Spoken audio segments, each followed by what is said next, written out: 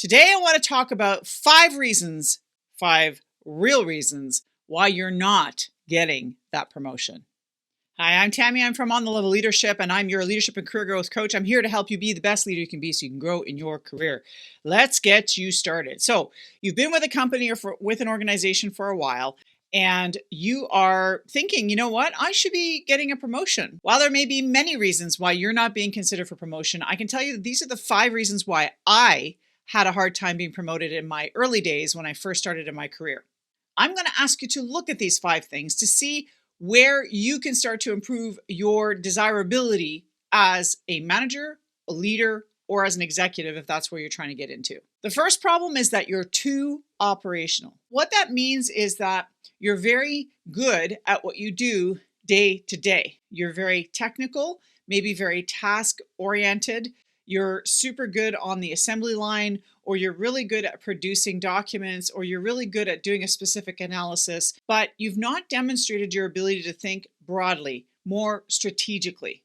So an easy way that you can do that is start being less about the me and more about the we. So if you start moving from me to we, you will start to demonstrate to your leadership that you're not just thinking of your own day-to-day activities, but you're thinking about your day-to-day activities in alignment with the bigger picture, and you're starting to identify opportunities for improvement. When I was trying to break into the executive cadre of the public service, I was often told that I was too operational and not strategic enough. At the time, when I look back and I reflect back on how I was behaving, I was a great manager, which is sort of a leader in a way. I was showing some leadership potential.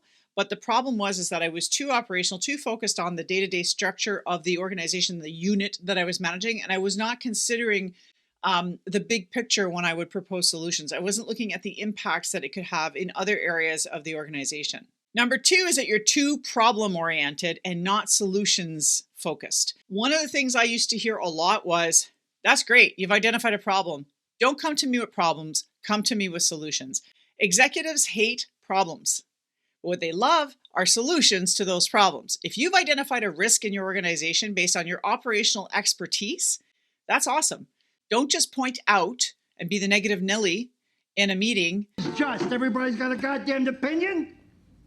Every single time, it's like, oh yeah, here's Tammy once again with her damn opinion, being negative and just not even bringing solutions to the table. So you really do need to look at, what is it that I can do about this? What is it my team can do about this? What is it that the organization should consider doing about this? If you're going to be considered for promotional material, you're going to have to think about, how do I change or shift this problem I've identified into either an opportunity for improvement, or how do I come up with a fix to the problem?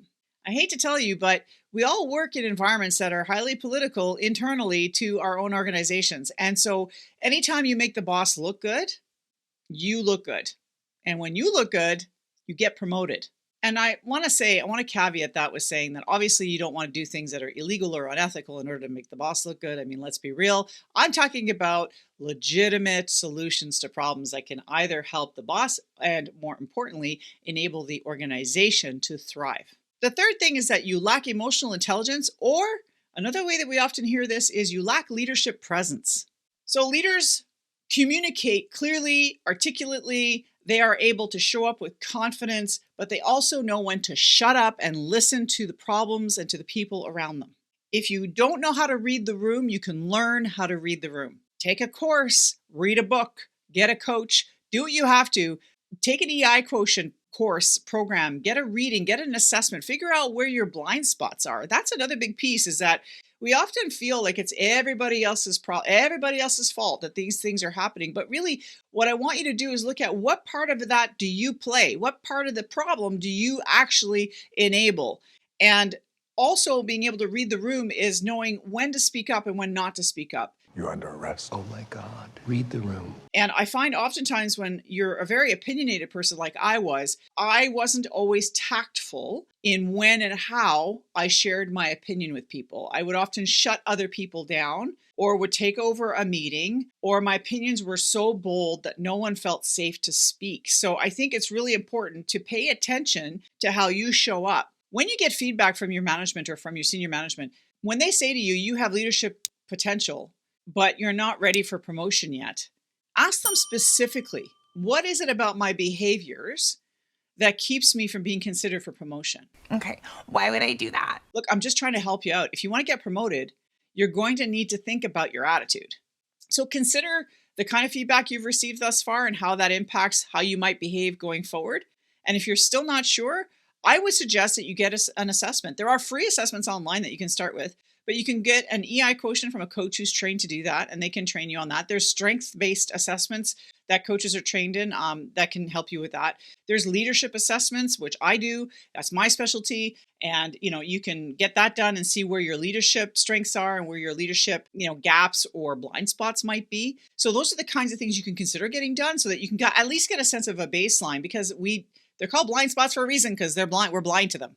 The fourth reason is that you might actually lack the skills. That's going to be hard to hear if you've been with a company forever and you're like, yeah, but I know everything about this company. I know everything about how it's run. I know everything about its bottom line. I know all about the risks. I don't understand why I'm not being promoted. It may be that there are some skills specific to that role. I know for me, when I was in the federal government, I had to take on some courses so that I could learn what it was to be delegated certain authorities. My point being is there may be actual skills, courses, certifications, things that you need to actually acquire before you'll be considered for promotion. So look into that. The fifth thing is that you never leave your comfort zone. You're never willing to do more. You're never willing to take on risks, and you're never willing to take on assignments.